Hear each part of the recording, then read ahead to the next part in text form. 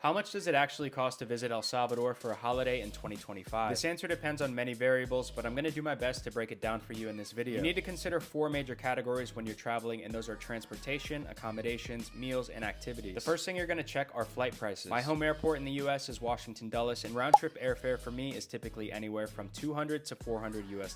For others, it may cost a bit more. The next thing you need to consider after booking your flights are your accommodations. This price will depend on certain factors, such as those traveling alone versus those traveling in a group, which can of course lower costs by splitting amongst you all. On the very low end, you'll be able to find single dorm rooms such as this hostel for $20 a night. Not too bad for views like this. On the mid-level range, you can find private Airbnbs for $40 to $100 a night. And on the high end, you can book places like this for $200 plus. Now, if you're going in a large group of 6 to 10 people or so, there are a ton of amazing villas and ranchos scattered all across the country that can range from $400 to $1,000 a night. Of course, that's split amongst you all. Once your place is booked, you'll need to find a way to get around the country. Now, you have a few options. You can rent a car, which is what I'd suggest, and this will run you $30 to $100 a day, depending on what vehicle you choose. Gas is fairly pricey, so take that into account as well. You can Uber in many places around the country, but this can get tricky depending on your location. You can also hire a private driver. That won't be a set price. You have to discuss that with the person you book with. Now, let's talk about meals in El Salvador. You can eat as cheap or as expensive as you wish. To keep your meal costs low, you can find local meals like the Típico breakfast for just a few dollars. You can eat pupusas for 75 cents each. Some restaurants that sell seafood dishes, you'll find these meals to be around $10 to $15. And then you have your higher end restaurants. For example, the popular spot called Betos, where prices can be around $20 to $40 a meal. Lastly, let's talk about the fun stuff. What are you going to be doing? There's so much to do in the country of El Salvador, and I'll give you a few examples. Hiking Volcano Santa Ana is just a couple of dollars for entry. Jet skiing on Lake Coatepeque is $1 per minute. Enjoying a beautiful black sand beach is free. Tamanique Waterfalls entry is $7. A 1-hour surf lesson in El Tunco can go for about $40. A ticket to a local football match can go for $10. An ATV tour in a taco will go for around $60. If you want to visit a coffee farm and tour the property, it'll be about $10. All of these prices are subject to change, but they are examples of entry fees for some really amazing experiences in the country. And if there's one point I want to get across in this video, it's that traveling is as cheap or expensive as you make it. The answer to this question depends solely on your travel style and what you prefer on your holiday. Some people budget very tightly and some people budget very loosely. At the end of the day, generally speaking, you can travel El Salvador for as low as $50 a day, all the way to $300 plus. There is no one size fits all answer to explaining the cost of visiting a certain country, but I hope this gives you a general idea of pricing in 2025 for your holiday to El Salvador.